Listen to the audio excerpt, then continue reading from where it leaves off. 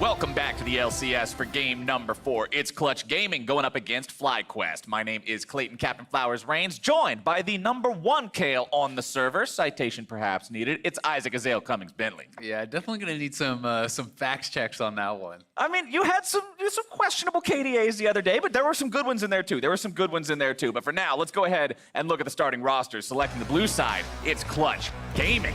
They've got Huni in the top lane, Lyra in the jungle, Demonte at mid, Piglet and Vulcan bot lane and support with Coach McScrag. Facing them on the red side today is gonna be FlyQuest. In the top lane, Viper. In the jungle, Santorin. Mid laner, Pobelter. Bot and support gonna be Wild Turtle and JJ with coaches Invert and Cop.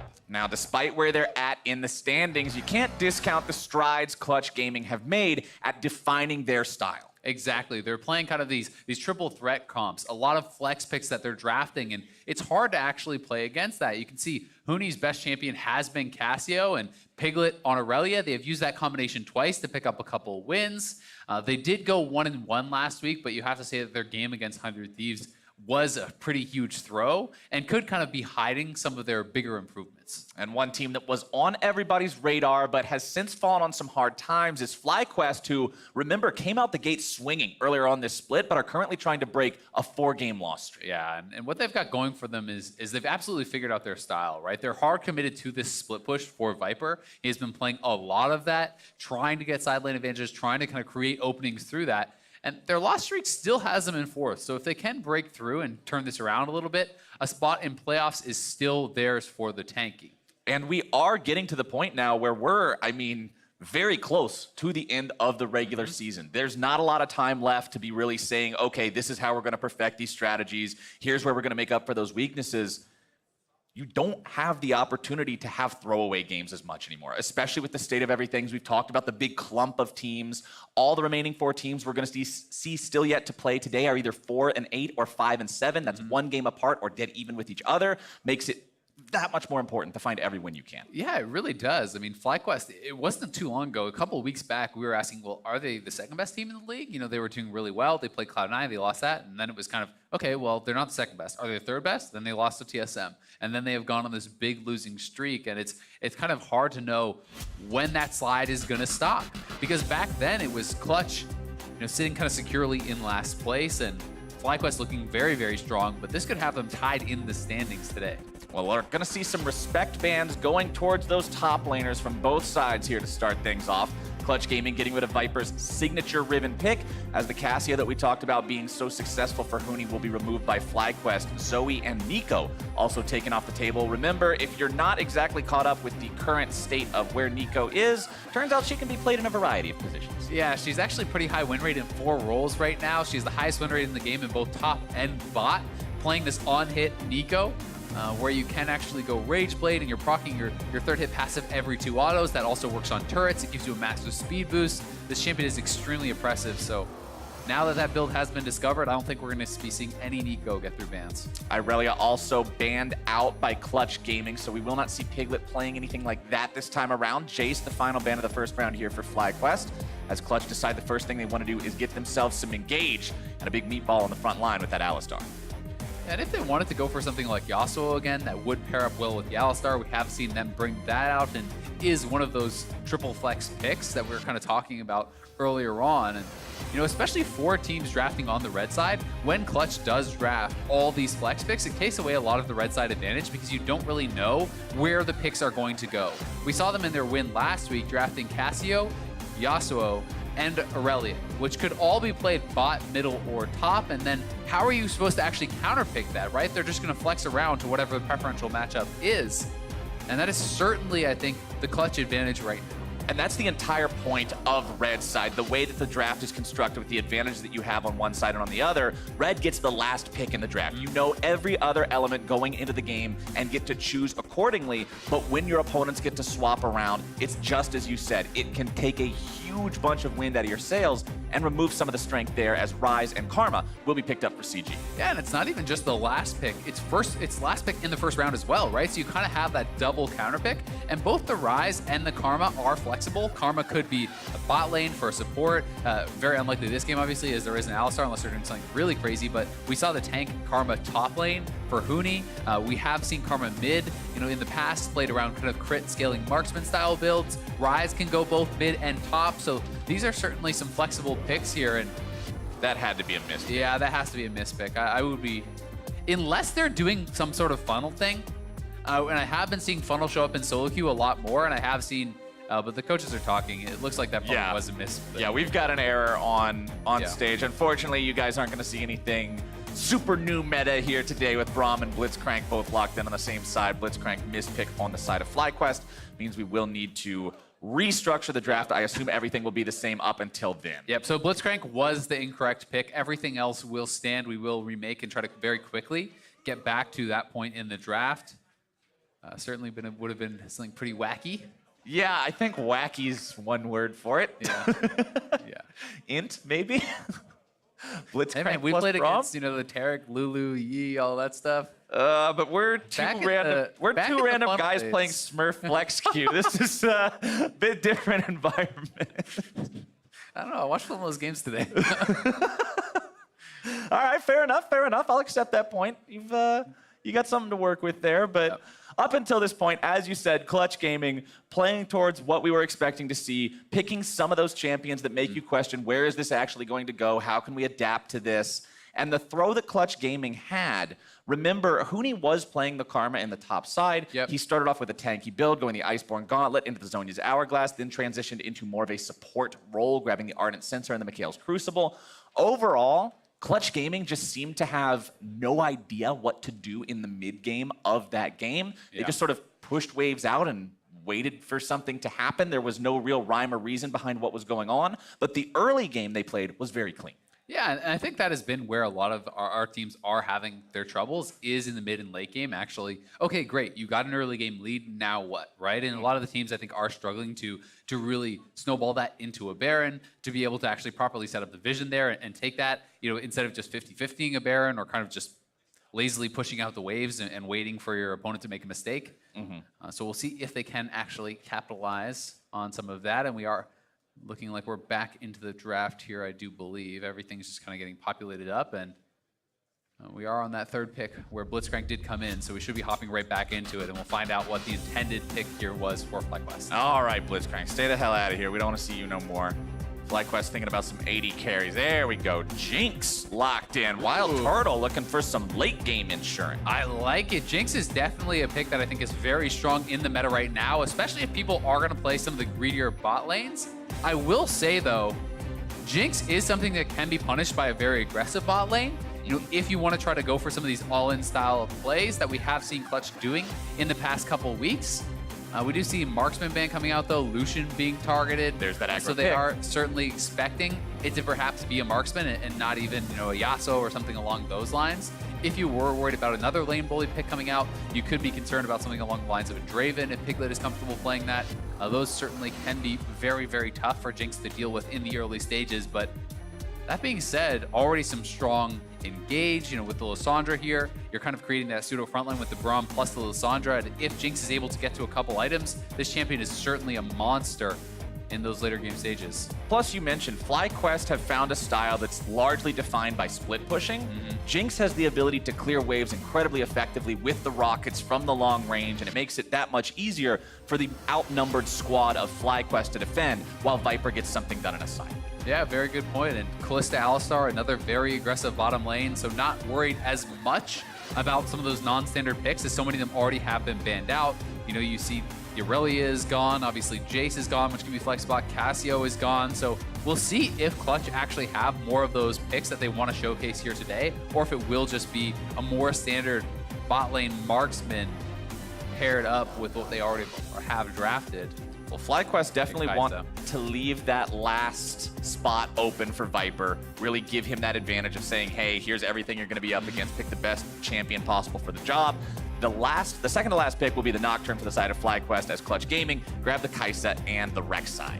Yeah, and Kai'Sa is exactly what they actually paired up with the tank Karma top lane last time around, and I am saying tank because he started Iceborne, but as you said, it did transition into an Ardent Censer and more of that team fight style build. One of the issues that they actually ran into last time, though, was this split push style where Huni was never actually grouping and fighting because he was always kind of answering the side lanes, and it is going to be Vladimir which Okay. I think is a pretty nice pick into Karma. Karma, can definitely pressure you, I think, in the early levels and, be constantly harassing you and trying to push you out, but you will get to a certain point on Vladimir where you're starting to shrug off a lot of that poke, and then it can start to become very Vladimir favored, I think.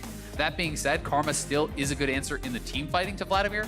The AoE shields coming out with your ultimate are very powerful at absorbing a lot of that AoE damage, and this is a very, very dive-heavy team drafted by FlyQuest. It looks like it's very focused on getting the initial reset for Jinx on that passive, get that proc, you dive in with the Lissandra, the Nocturne ultimate comes flying in, Vladimir drops his ult, you burst down that one person, Jinx gets excited, tries to mop up the fight. We'll see if that's going to be the case here though, as Clutch certainly, I think, has a lot of early game power with this Rek'Sai, who should be running the show against Nocturne in those early levels. Some very powerful ganking, exceptionally hard to actually ward out this champion as well, because you can approach from different tunnels, use different paths. We'll see if they're able to get any sort of early advantage to offset some of that late game power that the Jinx is certainly going to bring. The Jinx will have the late game power. Vladimir is a monster when he hits 5-6 items as well. The AoE damage is just there. And Lissandra will be clearing waves and providing a transition towards that point of the game here for the side of FlyQuest. So definitely have the tools in their inventory to try to end that loss streak here today. But they will have to do it up against Clutch Gaming and up against this Karma from Huni that honestly did some really impressive work during a lot of the game the last time we got to see this pick. The one thing I do like about the Vladimir, though, is they're picking this thing that's strictly a lane bully. It beats the crap out of you. You don't have any sort of interaction with it. It is just a frustrating lane. One of the best ways to get away from that is play a ranged champion of your own. Yep, exactly. It's going to be a lot harder to bully.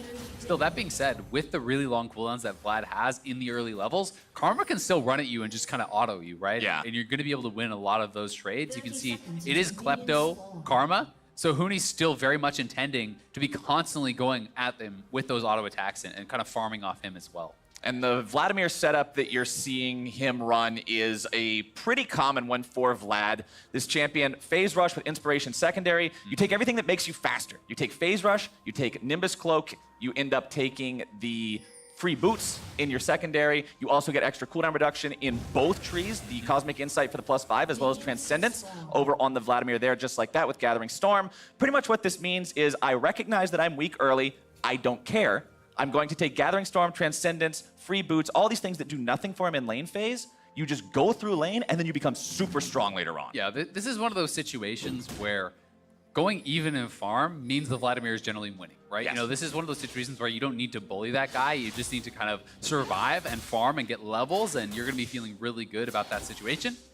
You can see that Huni is actually sitting up here in that top brush and maybe trying to set up a little bit of a freeze. We'll see if he elects to just try to hard shove or try to pull the waves towards him, as Vladimir can really struggle in the early levels to farm under turret, but when you know that the Vladimir was leashing top, you always have to be worried about early things too.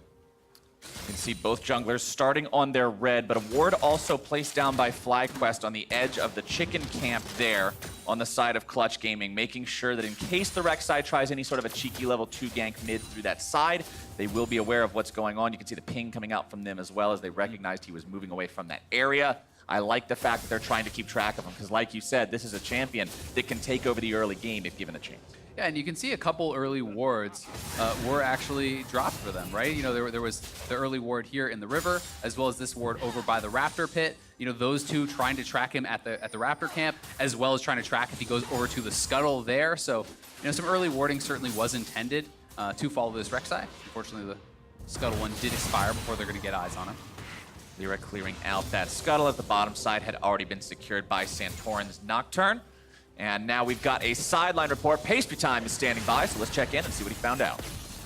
Hey there, I had a quick talk to McScrag, the coach of Clutch, and just ask him about the Karma top pick, because we have seen it a few times. He said that, it's a strong, oppressive lane that Huni can play, but actually in this comp, it's better to, in the mid to late game, actually help teamfight and enable both Pickle and Damonte, who are looking like the slightly bigger carries this game. Anyway, that's it from me. Back to you guys. And I think that makes a lot of sense with the build that we did actually see from him last time around. When you are going towards the Ardent Sensor, that is not for the 1v1. That is to group, that is to enable these guys and essentially be that super powerful support who has a lot of AP. I'm also very interested to see what his first item is going to be. This is, Iceborne is seen engage bot lane. Bottom side, 2 versus 2. JJ having a flash out, in some trouble there. Stun coming down onto Wild Turtle here too. Piglet getting the better of him. And that's a summoner spell expended by the side of FlyQuest, but mid lane is Pobelter, whose first blood, and Lyra sets it up and cashes in. Really nicely done there, getting the early kill. Lyra has this powerful early pick with the Rek'Sai and will be able to cash in on that first blood over to him, but to my point, Iceborne probably makes a lot less sense against the Vladimir here. We could see, something like a Luden's Rush or something along those lines, but here is the replay. We'll see it one more time. Damonte very low on mana, and yeah, just interrupted on the claw. So this is why Pobelter actually just holds onto the flash. He's not going to get out of that one. That is very well timed by Damonte, making sure there's no escape for Pobelter. And now Huni, he's running out of mana, so Viper can start to kind of sustain back up slowly. And Santorin's here. Santorin's going to find him. Fear Tether should connect there, grabbing the CC. Follow-up from Viper's going to force the flash out of Huni. Yeah, does have to flash out of there. I wonder if he could have just walked it out. I mean, he wants the base anyway because he's out of mana there. I don't think they actually had kill pressure because Viper was not sitting on an empowered Q or anything along those lines. So I do feel Huni, especially with Rek'Sai in the area, could have sat on that flash. Now will be more vulnerable and is going to get an early chalice. So he's going to be rushing Athenes. This is certainly very much Huni, get early items, and then you have to group and have the power in the team fight because this is not going to be for the one-on-one where Athenes, you can't even use the heal on yourself. It only actually works on those teammates. Support item Karma is never going to contest Vlad in a solo lane after Vlad hits level 9. It's just not the reality of the situation, but being able to power up Piglet and Damonte, who have both done a lot of work in the past carrying this squad, putting out some impressive performances of their own. Damonte facilitating that mid lane play, as you said, timing very well. As Huni might look to grab the solo kill on a Viper here. Sangwon pull right in time to avoid that last inner flame. We'll see if Huni wants to actually try to chase him down and stop his recall. It is a bit dangerous because they don't know where Santorin is, so he won't go for it. And Viper does have TP, so we'll be back up to lane and expecting probably a Proto Belt rush. We'll see if he wants to go for something a little bit more defensive to live through it though. Yeah, Proto Belt rush pretty standard on Vlad, especially when you're running this cooldown build. A lot of times you'll see Vladimir's, along with the Transcendence and Cosmic Insight, go for the cooldown on the stat bonus as well in the first tree of your runes. So all you have to do is build a Proto Belt and a Zhonya's, and you're at 45 CDR very, very quickly. Super effective on the champion, as Lyra now knows that Santorin is nearby. He's got that special Rek'Sai sight, but they don't want to move in and try to dive between two turrets just yet. Yeah, he is in that pit though. Probably can steal this away. Does have a level up, and the extra damage on that smite matters quite a bit in these early levels. They will back off though. They don't have the confidence to actually fully commit to this, knowing that FlyQuest bot lane could actually roam up, as Kai'Sa was back in base, and Pobelter certainly a lot closer on that play as well than Damonte. And talking about the tragic game that Clutch Gaming experienced last weekend, where they did have that big lead and they threw it. Piglet on the Kai'Sa, as you said, in that game as well, and he just was one of the reasons. Him getting caught was what started the comeback for their opponent. Piglet, I'm going to be watching him this game specifically towards his positioning, especially if the game's slow, and he might want to start trying to make those plays to make sure that he's being very cognizant at all times of the fact that this is a composition where him and Damonte are the cannons. Lyra's there to start things off, Huni's there to protect. It's up to you to deal the damage, and I want to see him have the positioning that enables that to happen. Exactly, right? These other guys are more force multipliers, right? When you have the Alistar to set you up and you have this Karma to back you up, you have to be the one kind of executing on that, making good on the draft. If you pick up all these pieces to support you, one mistake can end the game on your behalf. So we'll see how they're able to do it. So far on the bottom lane, farming pretty even. Vulcan grabbing a two-man knock-up down there. Looking to get some more, but Piglet's backing away now. JJ and Wild Turtle trading back, and they'll get the better of the trade this time around. Yeah, and Turtle is going lethal tempo here. It's into the mid lane. Mid lane Nocturne, the power of that ulti is going to be huge. Damonte, can you get yourself away? No, sir. Pobelter grabs some revenge for earlier. Yeah, going to be able to take down Damonte. They also get both of his summoners there. Big kill. Down to the bot lane. Side. Vulcan tries to make the play. JJ is going to be taken very low. Piglet trying to get the return kill. Barely secures it with the Acathian Rain, but one more shot from Wild Turtle. It's a double for FlyQuest. And that is huge, getting 2 early kills on the Jinx. Gonna be feeling so good about that. Might even be able to cash in on a turret plate with all that bonus attack speed and they're now starting up the Ocean as they killed mid lane, kill both bot. This is a huge swing there for FlyQuest. FlyQuest want to get this Ocean Drake here now too, but Lyra's coming into the pit. Takes the tunnel over the wall, has the flash to get out if he needs it. FlyQuest going to be bringing in multiple people over here. Santorin down to about 400 HP, but they want to maintain control over the Drake pit area. Will be secured by Santorin. Good job there, cool under pressure. Yeah, very calm and collected here from FlyQuest. They know they don't want to fully commit to a fight, but here is the replay one more time. Pobelter locks him down. The cleanse comes out, but it's not enough as the fear is going to interrupt the ultimate. Then down on the bottom side here, JJ tagging Vulcan. Vulcan thinking, we can take this play. Just knock him into the turret, knocks him up, W's him back, but JJ still has the jump, the level up there as well, giving health back, perhaps making that kill take a lot longer than Piglet was expecting, and Turtle is free firing with the lethal tempo the whole time, so he was always gonna get the trade kill. And gets a turret play off the back of that. That is so much gold in the pockets of Turtle from that one little play there. You know, picking up a good 700-800 gold. And this is a jinx, man. We talked about Piglet being a big carry for his team this time around. Turtle's also going to be a massive source of damage for the side of FlyQuest, and you know what a 6-item jinx can do once he's got Infinity Edge and Hurricane and all these tools that just turns him into a rocket barrage machine.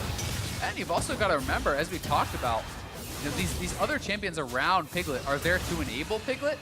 And so if you start losing lane, if you start falling really far behind, again, it's a force multiplier. You have to be having that strong original product for it's going to be worth it multiplying. Multiplying 1 times 5 is still just 5. So if Piglet can get himself up to a 7 or an 8, well, then multiplying by 5 looks really scary. But right now, he's got to make sure that they don't fall further behind in this lane. 20 CS down. Has a kill to his name, working on that Blade of the Ruined King. I think it's a good purchase this game, going up against something stacking a lot of health like the Vladimir. Lissandra also usually going to have some HP in there. Viper throwing down the Hemo Plague onto Huni just to grab some health back, make sure he doesn't end up too much worse for wear on these trades. Huni very low on mana, but remember, the super low mana bar is a bit deceptive when you have the Chalice because you will be maintaining at least an acceptable base level. Stopwatch. Stopwatch.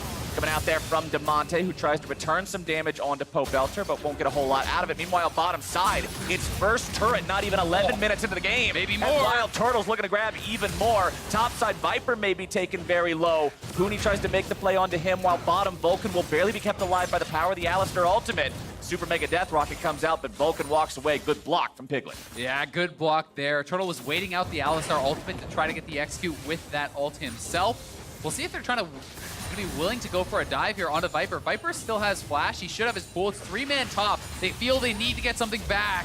Here comes the play. Sanguine Pool already going to be used there by the side of FlyQuest, and Demonte cashes in, grabbing himself a kill onto Viper. As Vlad, one of the most painful things you can do is use the pool early. Clutch Gaming sees that and punishes. And I mean, he had actually made them retreat. Pobelter had a very good TP, and then Viper is trying to get his E damage off there and pulls towards them to deal like 100 damage and kill himself, right? Like, you just had to actually stay back on the other side of the turret, and then they cannot get that kill because if they commit to it, Pobelter arrives and they all die. So certainly a mistake there from Viper, getting overconfident, seeing that TP coming in from his teammate and kind of giving a free one away. Viper down about 20 CS himself here in this top side. You can see him not going strictly for one item. This is actually something that you generally see. It's an adaptive strategy. You can tell this guy's a Riven player. A lot of times you see Riven do what I call the cooldown garage sale, where you grab a Warhammer, you grab a Kindle Gem, you grab some Ionian boots. He's just getting the Fiendish Codex from the Hourglass plus the Kindle Gem from the Proto Belt as the first 2 parts, even though they don't work well together, just so he has that cooldowns baseline, more transfusions, more health, more sustainability in this lane to survive against the card. Yep, exactly. And you know, getting that CDR is going to be very nice. He's closing it on level 10 here, which is going to give him an additional 10%. He already has 5% out of Inspiration, so as he actually ticks over on this level, he's going to be sitting at 35% CDR and max rank of his transfusion, the Q there, and then it becomes very, very hard for Huni to actually put out enough damage to really kill him off. And Huni looking like he's building towards the second item, Ludens here, so certainly is going a pure AP build this time around, and they're trying to get advantages top. The Rift Herald will be dropped, and critically it's before 14 minutes, so they can still cash in on plates. You love to see the pre-14 Rift Herald. You're almost guaranteeing 2 plates with it as long as it makes sure it gets the charge off, and that's 320 gold, which for those of you who aren't good at math, is even more than a champion kill. Belter's coming up though, 3-man top. Can they make this one happen? It's going to be Lyra who's taken very low very quickly. Super Mega Death Rocket making its way up there, but it will not find any sort of a mark. It's 1 for 0 so far. Santorin barely getting himself away. Turret plating's going to fall soon. Shelly's still doing some work, but Pobelter's taken down. DeMonte grabs that kill, makes it a 1 for 1, and FlyQuest's outer turret still stands. Yeah, and FlyQuest is going to be able to get the mid lane turret very likely, or at least a couple plates, as Turtle is just shredding through that with the attack speed on the Jinx. Already has his Hurricane and a BF sword, and he is dealing a lot of damage to those structures. They also keep their top lane turret alive, despite giving over a couple plates to Shelly. Not going to be able to finish it off. And Wild Turtle is currently 1,500 gold up. We'll talk a little bit more about this after the replay. Let's take another look at how this fight started. Here this is one more time. You can see that Pobelter was roaming up. He actually roots him out of the burrow there. No real way out here for Lyra as he gets taken down. And then you get to see some of the CCs shown off here as Huni gets the root there with the tether into DeMonte, getting another root into the full combo from Alistar. Not getting to play your character today, bud. Not this time around. Flash up, but it does not matter. Pobelter falls, and as I was saying, look at the gold disparity between the two AD carries. And it's more than it seems, because Wild Turtle, he's up 1,600, and he's also purely invested into crit right now. Crit items stack multiplicatively. You want to make sure that you're getting everything going. The bigger the crit chance, obviously, the better that's going to stack with both your damage and your attack speed. Blade of the Ruined King, a great item on its own, but it slows down getting all that crit synergy until a little bit later. So Wild Turtle, when he hits that 3 crit item power spike, you might only see Piglet on 2 items, Blade of the Ruined King, Rage Blade. It's not going to feel nearly as impactful. And you can also see, as I was highlighting, he has a 600 gold bounty on his head there, right? You know, so right now it is 600 gold sitting on this Rise, 450 rather for him, and then 600 over on the Jinx. So these are kind of 2 targets where people are going to be wanting to prioritize them, not only because they're strong, but because there is that additional reward of taking them down. Drake now the target again here for FlyQuest. Starting things off with a zap coming out from Wild Turtle. Remember, there's already one Ocean Drake for the side of Fly. Clutch Gaming doesn't look too interested in contesting this one thus far, and FlyQuest will collect that one free of charge. No need for Santorin to win the Smite fight. And you can see the vision here really kind of starting to extend for FlyQuest. They have a lot of vision across this whole area.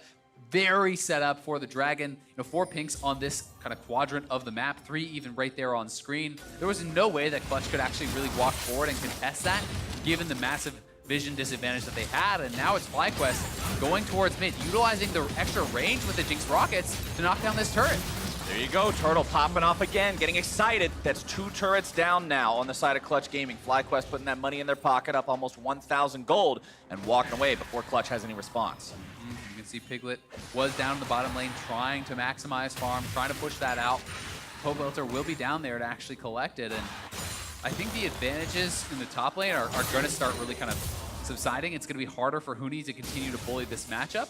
He is at a very strong point early on, though. He used the Klepto to get that additional gold. He's on a quick 2 items, and when we see the Rage Blade complete for Piglet, I think that's going to be a really big point of power for this team, because you're going to have a lot of AP on the Karma, these really big shields to actually speed up and protect that Rage Blade Kaisa. And then Piglet may, even if he has a gold disadvantage against Turtle, be more powerful at that time. Roto Belt finally completed for Viper. Feels good for him. Warrior on your Nocturne. Santorin with the stopwatch as the other item in the inventory. You always see this come out really early on Nocturnes.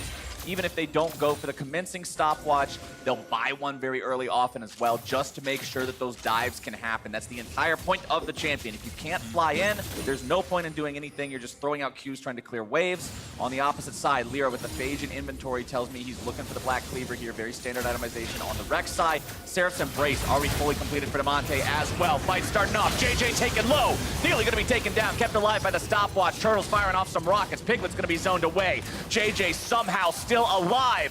Viper coming around from the side. Lyra in hot pursuit. Turtle goes on a killing spree and takes down Vulcan, as now Lyra's the next one on the chopping block. Turtle's looking going for the rockets. Super Mega Death Rocket barely going to be escaped from the CC coming down from Pobe. And FlyQuest have found 3. They're marching it down mid. They could crack an inhibitor potentially here. We'll see if they have the minions to do it. They're maybe going to just tank up the turret. You see Viper using the Guardian from Braum, taking turret hits to prevent backdoor from turning on as they wait for the next wave of minions to come in. And this could be an inhibitor. I don't even know if they want it, though, at 18 minutes. Inhibitor line broken at 18 is so critical, though. This removes that possibility of stalling out when you don't know how to break into the enemy base and you're not confident enough to take the Baron. Big gain for FlyQuest. Yeah, very decisive plays here from FlyQuest, fully committing to going forward as they get excited on Turtle. Pobelter is going to fly in, and this stopwatch was game-changing for JJ. Vulcan goes over. It looks like he's a guaranteed kill. Stopwatching right before the last tick of Ignite takes him down, then flashing out. Vulcan can't get in to finish him off, and now your Alistar is stuck in there with the ultimate expiring. That is going to be the first kill there for Turtle. Then everyone has to retreat as Lyra getting trained down, the zap connecting, the ultimate just barely missing. And Pobelter just follows it up, flies in. Another kill, another reset for Turtle. They're able to get 2 more turrets off of it, and they have a massive gold lead now. You can see how strong Turtle is, i.e. Hurricane, as well as that Vamp Scepter. Gonna be such a big deal for the team, and if you're over on the side of Clutch, you're kind of looking at these 2 members, the Lissandra and the Jinx. Those are where the bounties are. Those are the really strong guys you need to shut down to try to get back into this game. And that could be your win condition. You know that's on everybody's mind. Can Piglet find the opportunity to go in with the killer instinct, assassinate Wild Turtle in the background if they can stack up the plasma? But when Turtle is 4-0-1, when he's got the gold, CS, and damage numbers that he has this game, it is definitely a game where he is popping off and making those plays happen. He's had a couple hypey moments so far this split where he's gone too far ahead of his team. They haven't been on the same page, and he's even talked about that coordination, that communication needing to be there. And I think that last team fight was a great highlight of FlyQuest doing everything as a unit, even firing the rocket at the angle with the Jinx ult to make it so the only way out is to flash right into Pobelter. Exactly. I mean, this is a team that's looking like they are very much on the same page this game, and that 2,550 gold difference for Turtle is essentially a completed Zeal item over your opponent. That is absolutely enormous for him. You know, being the beneficiary not only of getting all those kills, but all the turrets and having a CS advantage on top of that just puts you monumentally ahead, and now it is the Infernal Dragon. Oh, baby. And there's just such small chance of being able to actually contest this when you look and you see all the vision in this quadrant of the map. Over here, look at all these wards collected by FlyQuest. It's trying to be a Baron rush on the other side for Clutch, which would be a huge play. There's no vision in the area. We'll see if they can suss it out. The blue ward did come down, and I don't think they can kill it fast enough. Nope, you have a Kai'Sa, but she doesn't have the itemization she needs yet. No Ginsu's Rage Blade means the Bork is not going to be having the double procs. So Clutch Gaming have to get themselves away from this one. FlyQuest coming in, seeing if maybe there's something to find. Lyra goes over the wall with the tunnel. But now that FlyQuest have not only the 2 Oceans for the regeneration, but also the Infernal for the extra damage on a team that's honestly very damage-laden, you're in a spot where you can start saying, okay, let's take control over this Baron area ourselves. It's still very early, but this is forceful. Yeah, definitely is. And they are going to be a huge Baron threat when you have this much damage, as you're saying. All the additional damage coming in from the Infernal. They also have double Ocean, so getting poked down by that Baron damage is less of a threat because you can step off it, reset, allow that regen to kick in and heal you back up. Rise wave clear, always so satisfying there as Damonte bowls over a few minions in the top side. Zonya's Hourglass ready to go on him if he gets himself into a tough spot here in these team fights, but Damonte is going to have to go back to being Demonster. The performances that he had in the first couple weeks for Clutch Gaming. Remember, it was Clutch that started off week number 1 going 2-0 and then went 0-6 over the course of the next 3 weeks. But even in those losses, Damonte was stepping up. He was having good performances. A lot of the champions at the beginning of the split that he was having those huge showings on with a Galio and an Akali and things that were subsequently nerfed caused people to ask, well, is Damonte now really in a bad spot because his champ pool got hit really hard? And he's a guy that I'm looking at Clutch Gaming to say, okay, can he step up? Can he be that guy again? Can he do that heavy lifting? Because this is a great game to prove himself. It certainly is, and it's a situation where you're down 4,000 plus gold. You need someone like a really strong split pusher to actually hold you in this game to buy time, because this is a composition that is built around grouping up with the Karma as well as this Kai'Sa and team fight, right? And if you can't actually do that, if you are too far behind, well, there's not a lot of win conditions there besides the Rise being in that sideline, and that's where there's a lot of pressure on Damonte to make things happen. Looking at the inventory of Viper, having completed the Proto Belt, still continuing to sit on the Fiendish Codex for now, wants to go straight into the Rabadon's Death Cap second to multiply the AP. Remember, the extra bonus of that means additional AP is also additional health because you're Vladimir. The passive makes it so those stats give each other. As the top side tier 1 falling means FlyQuest now has more control over the map than ever. It's time to put down more wards. Clutch Gaming still having a good control ward line in their jungle, but the fight's starting off. Turtle's gonna be in some trouble, taken very low here at the start. Demonte looking to go in, and he shuts him down! Nice stasis to stay alive here now as well. Clutch Gaming looking to find even more. Demonte taken very low, still gonna be kept alive. Viper finding a lot of damage on to multiple people. The FlyQuest is stuck! Clutch Gaming has found themselves one hell of a fight. Pobelter grabs the kill on Demonte. He'll take a couple down with them, but the shutdown credit goes over to Piglet. And Clutch Gaming look for Baron, but they just don't have the health. What an explosive fight. We said Demonte needed to be able to make a play. What about getting a shutdown by yourself on Wild Turtle, the strongest member here? As Turtle steps forward, they have no vision below them. They lose track of where Demonte is, and Demonte commits fully to it, flashing forward, finishing off Turtle, and buying a lot of time, not only with the Zonias, but then the Seraph shield, the passive shield, making it take so long to take him down, and then track Vulcan as FlyQuest steps forward. That is a W flash Q to reposition for the headbutt pulverize in the middle of 4 members. And that is a game-changing play. Vulcan has had a couple of them on the Alistar. Beautiful thing. Demonte, I love this guy's face cams because if he's doing something that's just completely wrong, he's going directly face to palm. And if he's popping off, you're going to see it. This guy is honest with how he plays League of Legends. And he is honestly going crazy. 4,600 damage from both mid laners in the last team fight. But you've got to say, with how close that fight actually ended up, if Turtle doesn't instantly die, how in the world do you ever win that, right? You know, and a lot more gold now is in the pockets of Clutch, so that is going to help in that regard. But certainly there was 3 low HP members there. Yeah. You know, that could be one Rocket coming out of Turtle here, who's now on. One Rocket would do more damage than he did in that last fight. Viper's in some trouble. A lot of people from Clutch Gaming are going to be looking for him, but they've also lost Demonte. Both sides collapsed on a singular member. The problem is, Vladimir has a lot of escapes. JJ now looking to go back in. Vulcan's in some trouble. Clutch is in some trouble. Piglet's in some trouble, looking to get himself away. He's fleeing, but you can't outrun the Rocket. Those suckers are heat-seeking. Lyra tries to get out, but he's barely getting away by the skin of his teeth. FlyQuest have found the victory, and FlyQuest are looking for Baron. Yeah, they're heading straight to it. Lyra, no flash available, doesn't even have his smite up. There is no chance that you're going to be able to contest this one, and FlyQuest come right back.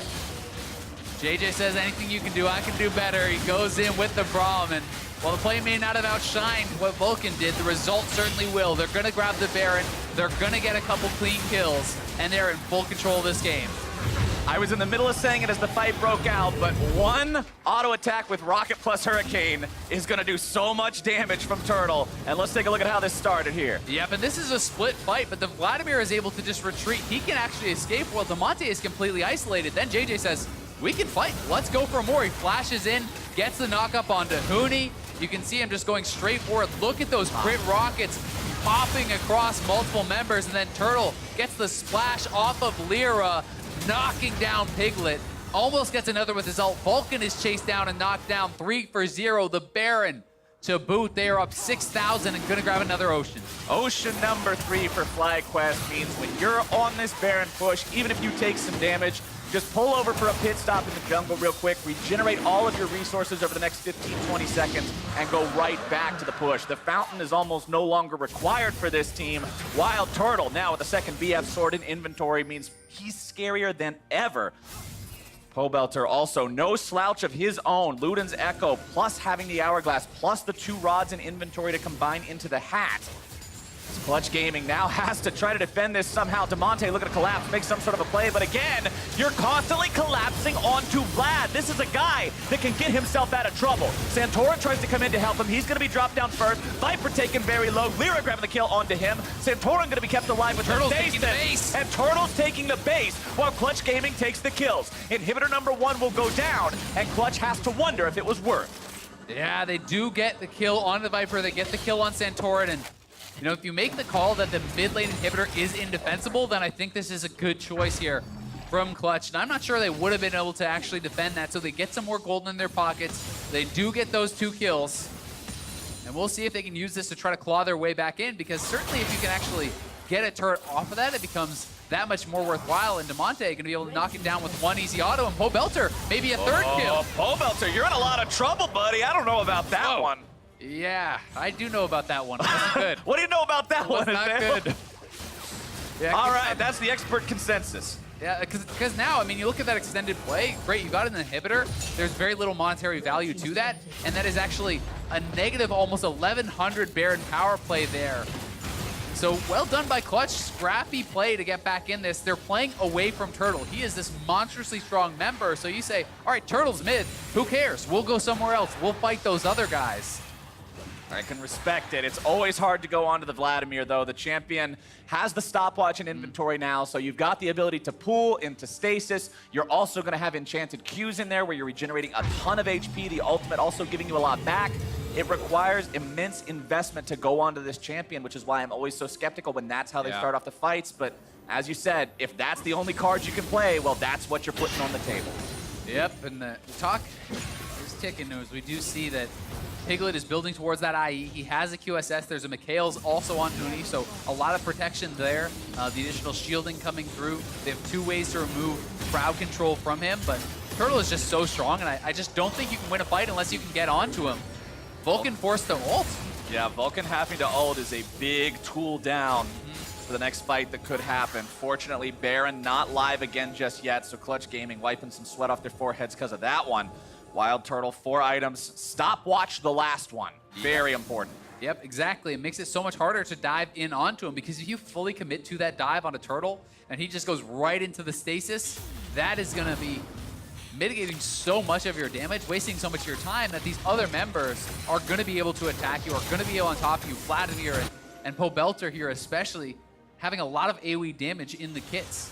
One thing I'm also going to point out here, the Rylai's Crystal Scepter on Demonte's Rise. We saw this show up in pro play here recently. Saw Boy talking about it earlier because it's been a staple build of his for so long. He's playing the big brain cards saying, I told you guys, this is the way that you play Rise, but this makes it so that constant machine gunning of spells is impossible to get away from unless you're burning summoners, unless you've got someone else to save you. And it means he can run down anybody that makes the mistake of getting too close to him. Yeah, it's kind of that tech choice. You're sacrificing perhaps some damage potential for damage consistency, right? It's allowing you to keep those snares up and to keep on top of them, which you're hoping that trade-off then results in higher overall DPS, even though the item itself may add less than something like a Void Staff or whatever, for example, if they're building up MR. Wild Turtle will continue pushing up here in the mid lane. Baron, 70 seconds until it spawns. The map currently owned by FlyQuest, as it has been for the past few minutes now. You can see all the wards placed down on the top side of the Clutch Gaming jungle. Fortunately for CG, right now FlyQuest is getting back. They know the Baron's coming up soon, so everybody went home. Lots of control wards in the inventory. The only person that doesn't have them is Wild Turtle because his inventory is full. And that means FlyQuest will come back out on the map and take control over this Baron area. It'll be up to Clutch to decide whether or not it's worth the fight for that when Turtle's as strong as he is. Yeah, and I think that Baron is really where FlyQuest is looking to end this game.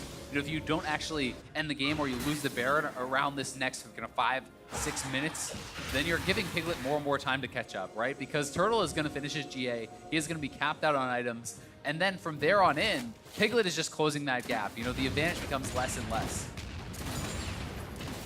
FlyQuest, a team, as we said, that's on a 4-game loss streak after a very impressive start here this split. And this would be one way to turn that around. For a player like Wild Turtle, who also said he was specifically practicing this split on knowing when to go ham and when to tone things back, when to chill for a while, scale up, he's scaled. We're at the point now where even the Wild Turtle who wants to carefully consider every option is wanting to pop off. And you're on a champion whose passive literally reads, when you pop off harder. Let's see if he can make it happen. Santorin goes in. Paranoid to start things off. Viper into the middle of 5 people, looking to drop the tides of blood. Here we go, the flank coming in from Pobelter. Clutch Gaming's in retreat. Turtle coming in from behind. Rockets are going to be flying as Clutch Gaming has to escape. Hooney's taken low. The zap comes through, but it will not find the mark. Winner's Bite does, though, and that should be it for him. Zap finds it, and Santorin makes sure he grabs the kill. 2 dead on the side of Clutch Gaming. Everybody alive for FlyQuest. That's the sound of Baron. Yep, they can head right on over to that Baron, grab it up. They may try to just go for the mid lane inhibitor here first, and potentially they could just try to walk it in and end the game if they really want to go a bit more risky. Hooney's still down for 35 seconds. Demonte out for 20. Yeah, they're looking for the end here. They're calling to go forward. You can see Pobelter's escorting the minion wave in, and FlyQuest want to at least get some turrets here. Here we go, Clutch Gaming. It's a 3 versus 5 defense. Vulcan starting things off, jumping in with a headbutt into the pulverize, gonna be killed instantly now as Piglet tries to get himself away. QSS not gonna be enough, and he is blown up. He takes one with him, but is it going to be enough to save the day? Lyra going into the ultimate, Demonte dropping some damage. Viper gonna be taken low. Demonte now 1 versus 4. It's him against the world. Viper going into the pool once more. Centurion auto attacking the Nexus, looking to take this one down. They will not defend, and FlyQuest finds the win.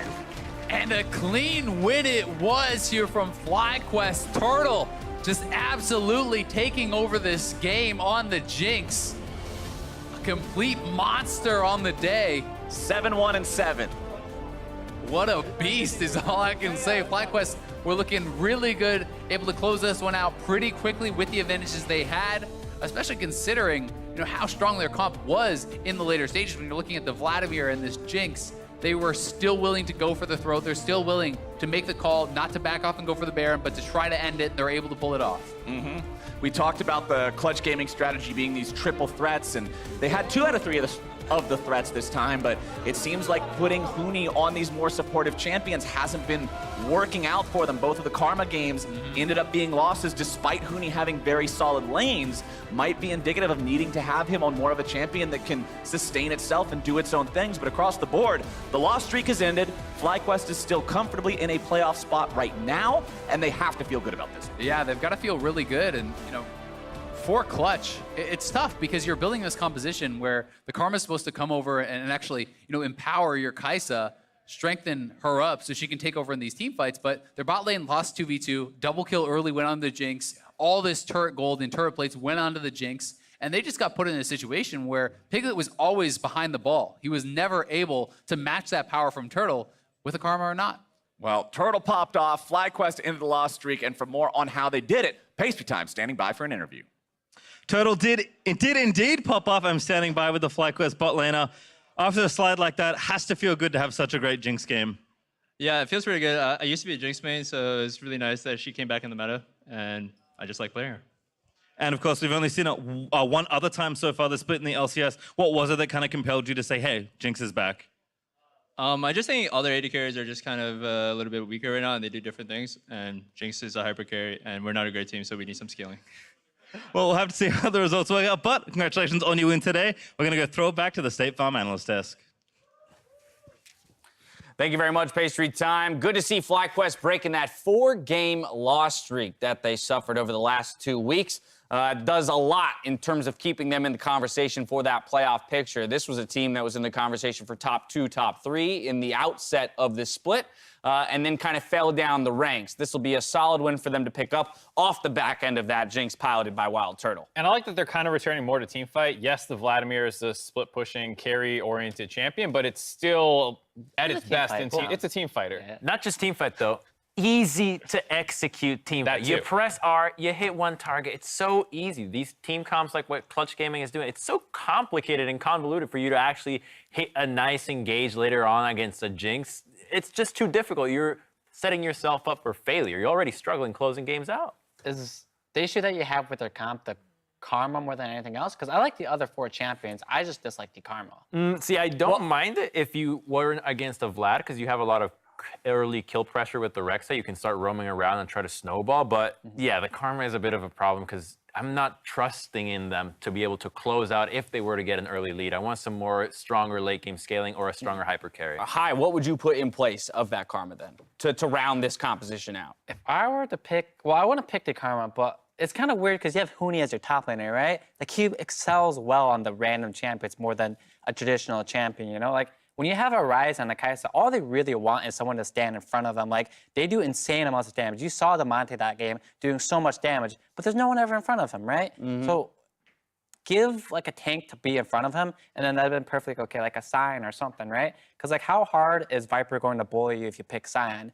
But in the same vein, you are playing with Hooney, and he excels on those random champions like Rumble and Karma. It makes some sense because the Karma's job is to get ahead early, absorb pressure early on against any matchup almost. And then once you have that, you have this Kai'Sa who is hopefully going even in the bot lane, so you transition to team fighting and you take that lead. But the problem with Clutch Gaming as a team is that they're so volatile. Like, Huni's getting ahead, and what's happening on the bot side? We're taking a 2v2 and we're losing it. Yeah. Yep. So, like, even if the comp makes a little bit of sense, it is very hard to execute on. I don't love it. These kinds of plays right here are why a style like this is so hard for Clutch to pull off.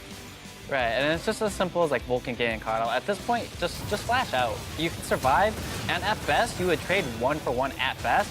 And I don't think you want to trade kills versus Jinx. And it's just, why are you doing this? Like, you have a huge advantage top, and you're doing well mid, let your top laner carry. Yeah, and there was a chance they could have played a little bit better because the Braum passive stacked up as the Alistar passive was stacking up, and he could have autoed the Jinx, and then they could focus the Braum. He wanted to hit the Braum under turret range, but then the Braum stun hit him. So it was a close thing, but it was still to one point. I was going to say, yeah, you go back to High's point. It's like, if that's the barrier of execution, if we're looking for them to turn a play in that fashion, then it's not the play you should be making. Just go ahead and sack the bot lane to some degree in that moment, sack the flash, and just keep building that advantage in the top lane. Huni? It was a self-sack with the Blade of the Ruined King that we still don't understand. I know. Even Doublelift himself on Twitter, client Stixay, confirming, don't know where this Blade of the Ruined King Kai'Sa build is coming from, but they don't want to see any more of it. Again, I want to return to the point of Clutch Gaming, landing on somewhat of an identity around their top laner, Huni. He's played the Cassiopeia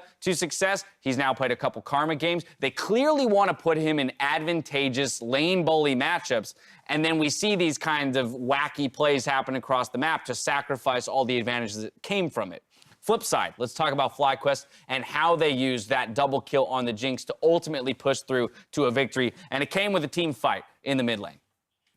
Yeah, and I think this is the biggest thing is that they're never on the Jinx early on, and this is great. You're blowing up the Braum almost, but this entire time you have Jinx running wild. And you have Vlad actually being chased down by the Ryze and the Rek'Sai on the bottom side. So there's two fights happening. Vlad's just a little too hard. You don't have enough damage and stickiness on him, and unfortunately, they forget that Poe Belcher is coming in on the side. That flash puts him right in range of Karma, hits the double, and off that play, you're already doomed. You're not going to be able to engage onto the Jinx anymore. Tap out. We see this often, rather, in professional games where it's a support player and a weak champion trying to get bursting on the other support player, and they just didn't have the damage to kill them there because they started that 3v4. Their Rek'Sai, their Ryze are on the bottom side of the map, and they're starting this 3v4, trying to get a pick, but they just don't have the damage for it. Yeah, I mean, it's like, who's the easiest person to kill? The support, so go kill him quick and disengage, but it's so hard to do against the Braum and these tankier supports. Yeah, without a doubt, and I feel like once those two early kills were dropped into the pocket of Wild Turtle, he's home free with the composition that was built around him, right? You have a team fight threat of AoE damage from both Lissandra and the Vladimir. You have still the Braum to play a somewhat Pelian protective support. And at the end of the day, you just got Jinx running in from behind all of that front line and laying out the damage. It just didn't feel after that early play in the bot lane that Clutch had many options remaining. And it's so easy to execute. You don't need to think about it. The coach doesn't need to tell you anything. It's like the dominoes fall in place and you're the match. Oh, we figured out how we should play. We should stand in front of our AD carry, and then he'll do the damage, and it's so easy. And then you're on Piglet's side, and he's thinking, well, how do I deal damage? Do I get the shield from Karma? Does Rek'Sai initiate and stand in front of me? Do I wait for Alistar to combo? When am I supposed to ultimate? There's too many moving parts for these kinds of comps. It's funny because Turtle actually played like the most reserved on his team that game. It was like Viper and Santorin who were like taking 2v2s in the side lanes and like barely winning or sometimes losing them. And Turtle's just running down mid like objectives. Yeah, now FlyQuest looking ahead at the remaining schedule for them. They play Echo Fox tomorrow. They still have to play Team Liquid and Cloud9 again in the second round robin. So with that and a couple other easier games, I'll say, they seem to have kind of a middle ground in terms of strength of schedule to close it out. But how do we feel about this FlyQuest squad that we were so hot on early in the season? Then we all pulled back and we're like, never mind, I'm off the boat. They hit their ceiling, blah, blah, blah, blah. And then they put together a solid victory here. How are we feeling about their prospects moving towards the postseason? Right. Well, they went on a 4-game loss streak, right? But during those 4 games, they played really strong teams like TSM, C9, and Team Liquid all at the same time, I believe. And they had an unfortunate game versus CLG. So moving forward, they do have 2 hard games against Team Liquid and C9 again.